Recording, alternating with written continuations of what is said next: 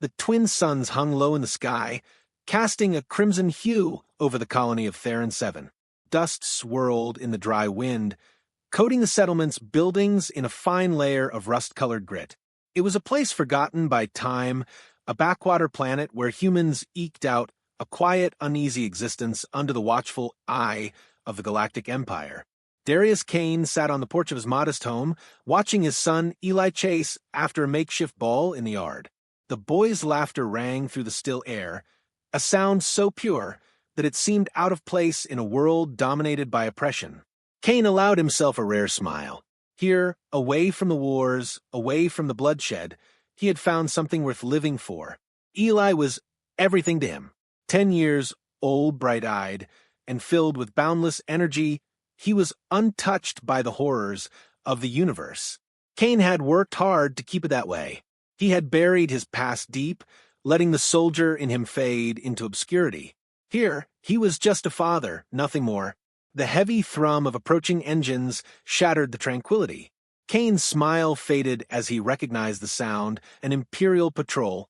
A sleek, black transport skimmed low over the settlement before descending in a cloud of dust. The emblem of the Galactic Empire gleamed on its hull, a symbol of absolute control. Kane tensed. The Empire's presence in the colony was always a bad omen. The soldiers rarely came for anything other than enforcement and intimidation.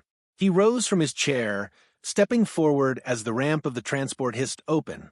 Commander Vortak emerged first, his reptilian features set in an expression of bored cruelty. His pale yellow eyes swept over the gathered civilians, as if appraising livestock. Behind him, armored troopers fanned out, weapons held casually but ready to be raised at the slightest provocation.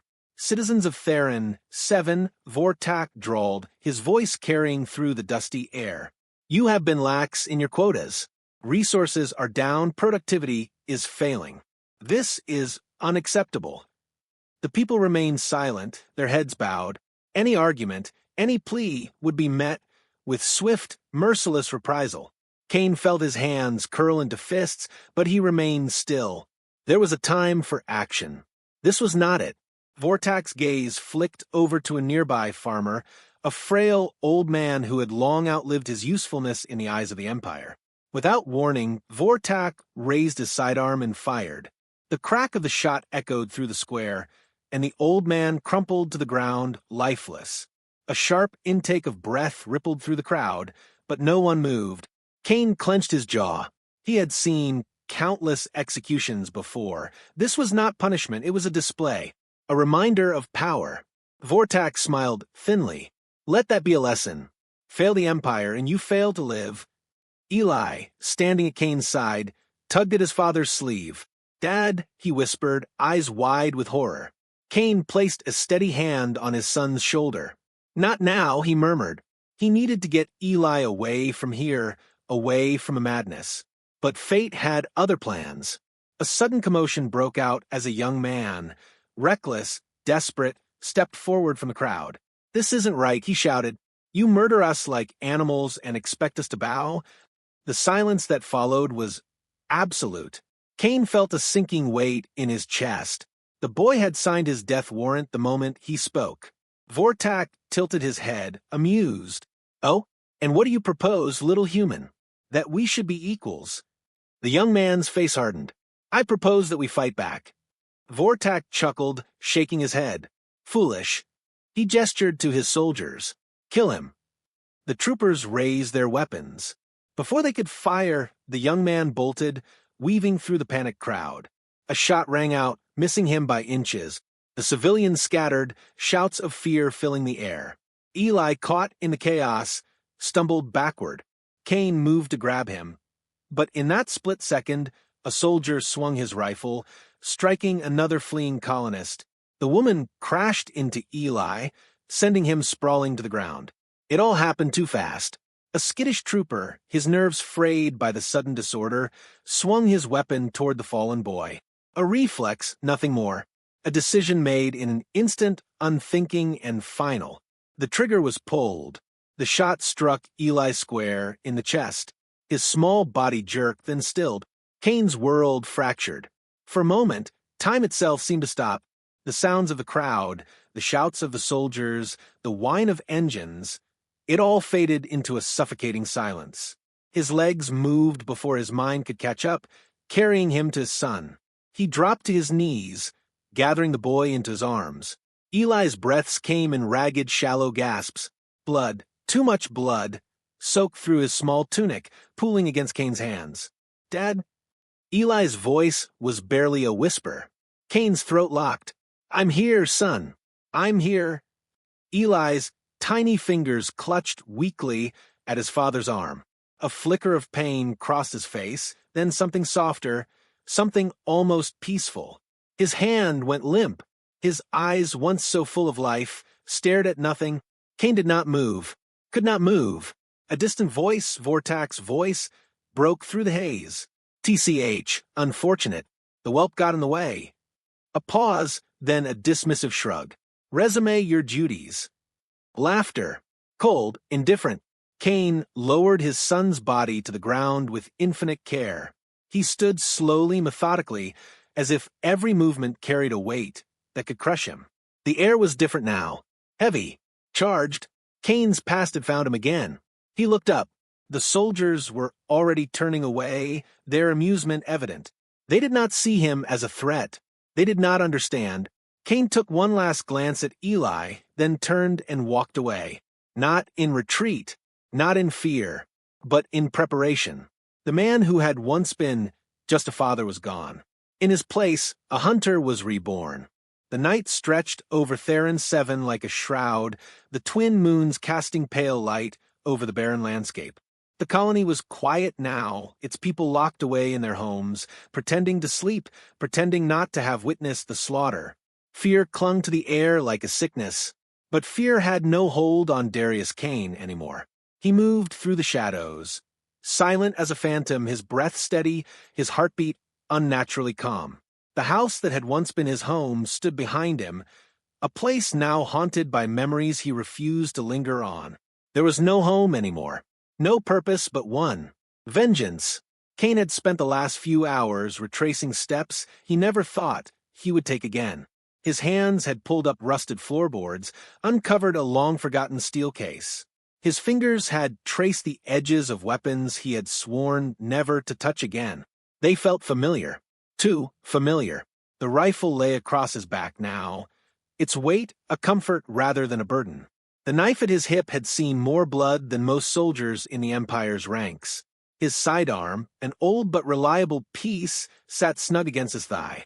These were relics of a man who no longer existed, but tonight they belonged to him once more. The Galactic Empire believed itself invincible.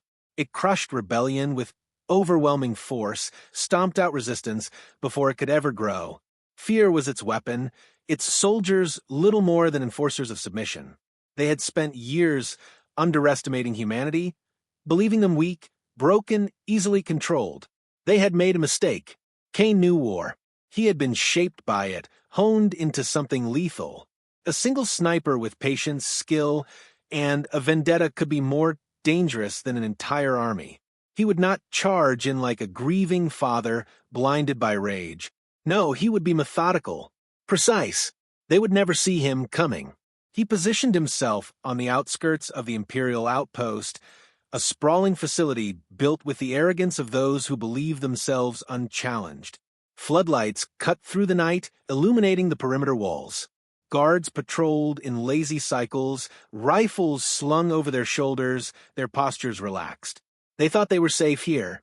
Cain settled into position, lying flat against the uneven ground, his rifle braced against his shoulder. He adjusted the scope, steadying his aim on the nearest sentry. The crosshairs hovered over the soldier's throat. A clean shot, silent, untraceable. He exhaled slowly. The trigger gave way beneath his finger. The sentry dropped without a sound, his body crumpling against the wall. Cain shifted his aim, tracking the next guard before the first body had even hit the ground. Another pull of the trigger. Another silent death. 2 down. No alarms. No panic.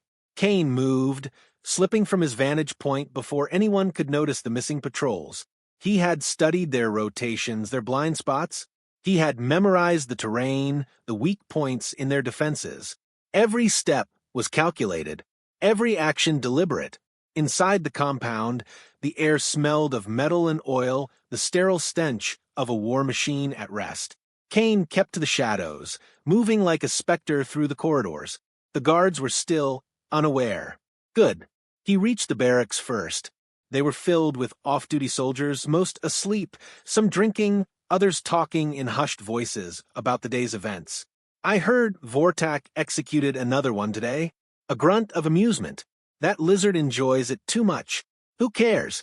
Let the commander have his fun. These humans are pathetic. Kane shut the door behind him. The first two never even got to react. His knife sank into one soldier's throat, his free hand pressing over the man's mouth to silence the gurgling scream. The second barely had time to widen his eyes before a bullet found his skull. The others scrambled, reaching for weapons, shouting for help that would never come in time. Kane moved through them like a ghost of death, his blade finding gaps in armor, his gun spitting whispered death. The room reeked of blood by the time the last body hit the floor. Now they would start noticing. Kane retrieved a communicator from one of the corpses and tuned it to the enemy's frequency. Static hissed before a voice crackled through. Squad 3, report. I repeat, Squad 3, report. Kane pressed the button, his voice calm, steady. Squad 3 is down. A pause. Confusion. Then alarm. Who is this? Identify yourself. Kane let silence answer for him. He dropped the communicator and moved. The alarm would come soon, but it didn't matter. The real hunt had just begun. Outside, the compound was already stirring. Shouts rang out as soldiers discovered the missing patrols. The floodlights swung wildly, searching for an enemy they couldn't see. Kane climbed to higher ground, taking position on a rooftop overlooking the central command post. He adjusted his scope, his sights locking onto the officers scrambling below. They barked orders, trying to establish control, but panic was already setting in. He fired. One shot, one kill. The officer's body slumped over the console, his blood smearing across the controls. The chaos spread. Troopers rushed in all directions, some shooting blindly into the darkness, others abandoning their posts altogether. The arrogance that had made them weak was now their downfall. They had no idea what they were up against. Through the scope, Kane spotted his real target, Commander Vortak, standing in the middle of the chaos, his reptilian face twisted in fury. He shouted orders, his claws tightening around his weapon. Kane watched him for a moment, studying him. The commander was careful, keeping himself surrounded by guards, staying in motion, making himself a difficult shot. Smart, but not smart enough. Kane wasn't going to take the shot. Not yet. Vortak wasn't going to die quickly. He was going to suffer. Kane pulled back, vanishing into the night once more. The bodies left in his wake were just the beginning. By the time the Empire realized what was happening, it would already be too late. The sun rose over Theron 7, but it brought no warmth to the Galactic Empire's outpost. The usual order of the compound, soldiers marching in rigid formations, officers barking commands, the mechanical hum of patrol ships overhead had been shattered. What remained was fear. The bodies had been discovered at dawn.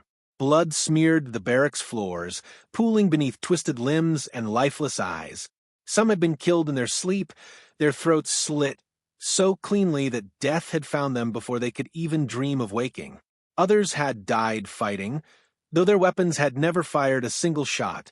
The ones who had lived through it had spoken in shaking voices, unable to fully describe what they had seen, only that it had been fast, methodical, unstoppable.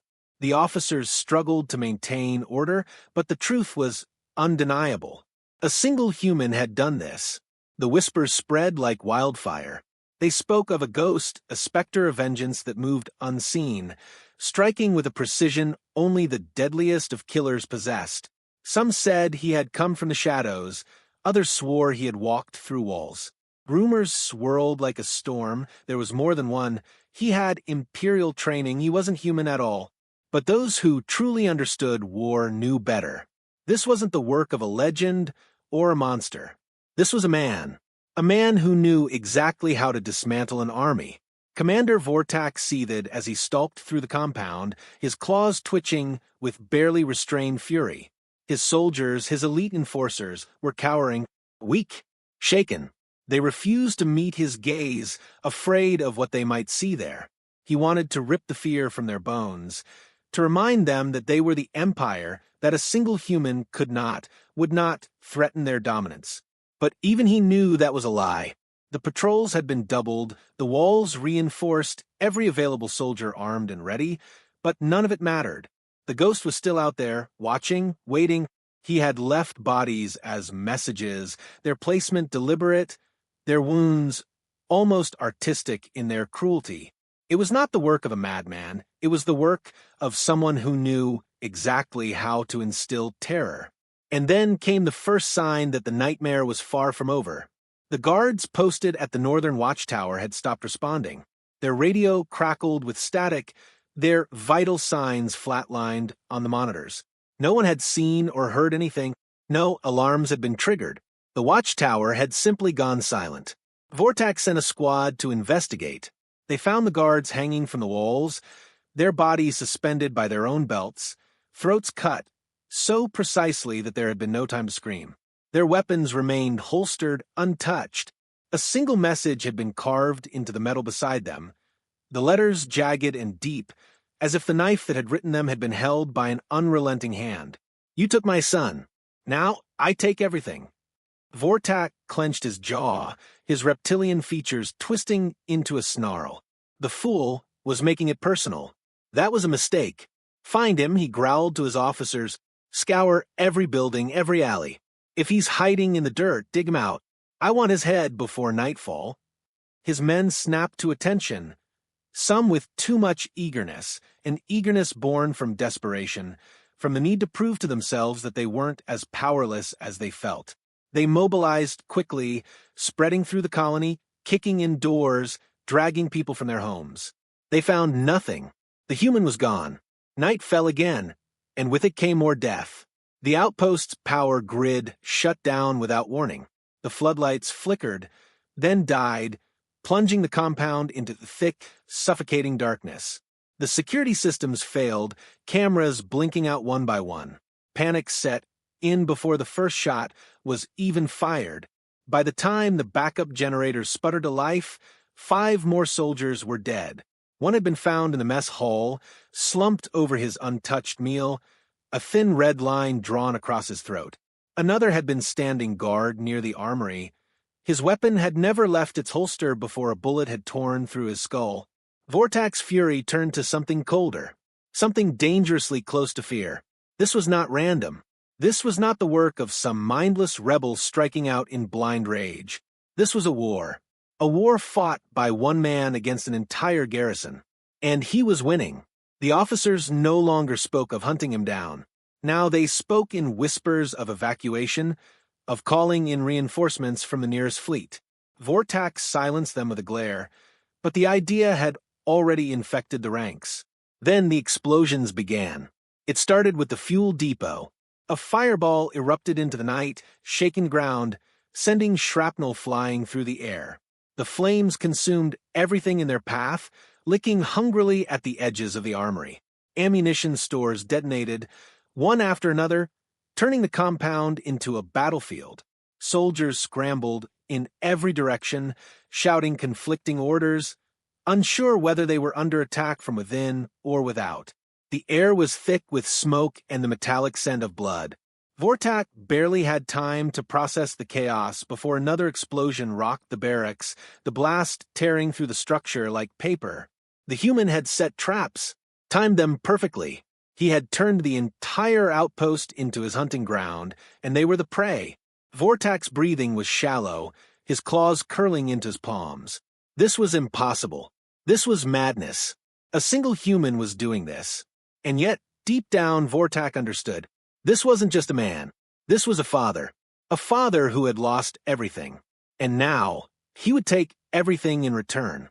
The soldiers that remained huddled together, their eyes darting to the shadows, to the rooftops, to the empty doorways where death might be waiting.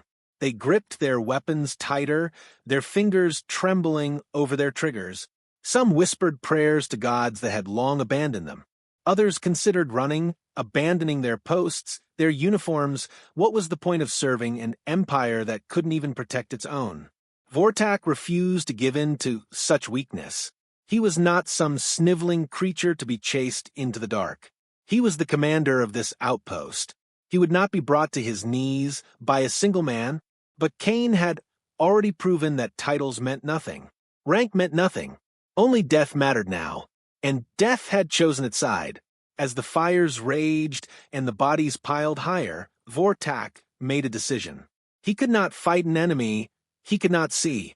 He would not stay and wait to be hunted like an animal. He would retreat to the last stronghold in the region, regroup with the remaining officers, and call for reinforcements. The Empire's warships would level this place to the ground if necessary. He turned on his heel, motioning for his personal guards to follow.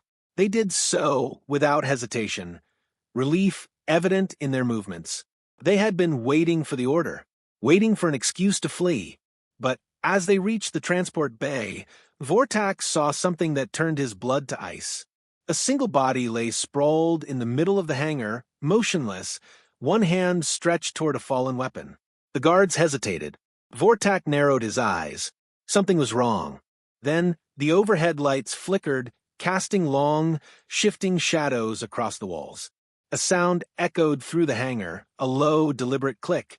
The doors slammed shut. The last thing Vortak heard before the lights cut out entirely was a voice, cold and steady, drifting from the darkness. "I'm not finished yet." The darkness swallowed the hangar whole. The only illumination came from the weak, flickering emergency lights, their dull, red glow casting elongated shadows across the walls. The silence stretched thin, taut like a wire ready to snap.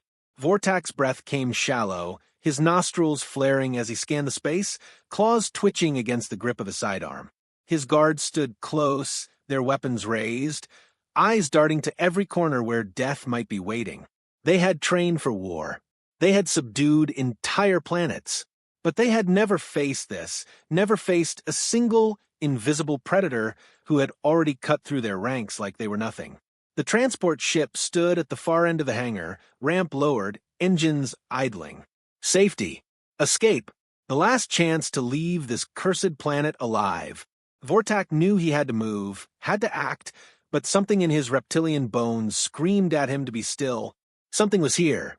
A shadow flickered near the rafters. A shape moved, too fast, too fluid, a blur of black against black. The first shot rang out, breaking the silence like a hammer on glass. One of his guards jerked violently, a bullet punching through his skull, before he even had time to scream. The others reacted instantly, firing in all directions, the muzzle flashes lighting up the hangar in bursts of chaos. The air filled with the acrid scent of plasma fire, the deafening roar of gunfire, the desperate grunts of soldiers who no longer believed they could win. Then silence again. A second guard dropped, his throat sliced open, his weapon falling from limp fingers. The others spun, eyes wide with terror. They hadn't even seen him move. Vortak's pulse thundered in his ears. He took a slow step back, forcing himself to stay calm, to think. This wasn't battle. This was slaughter. He turned toward the ship.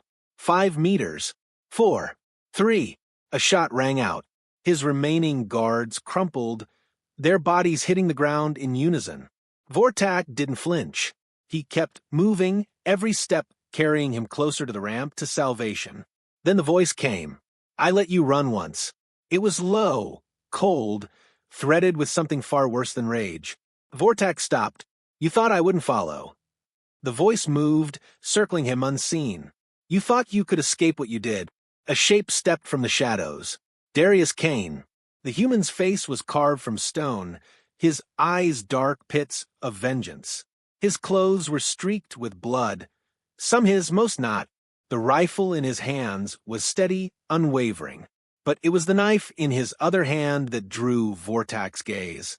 It was coated in fresh crimson, droplets falling to the floor with soft, deliberate taps.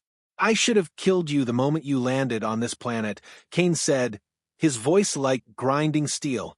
"But I wanted you to understand. I wanted you to feel it." Vortax straightened, baring his fangs. "I do not fear you, human." Kane tilted his head slightly, as if considering the statement. Then he took a slow step forward. Vortax fired. Kane moved before the shot even left the barrel. The bullet whizzed past his shoulder, missing by inches. Another shot, another dodge. Vortax growled, firing again and again. But Kane was already closing the distance. Then pain.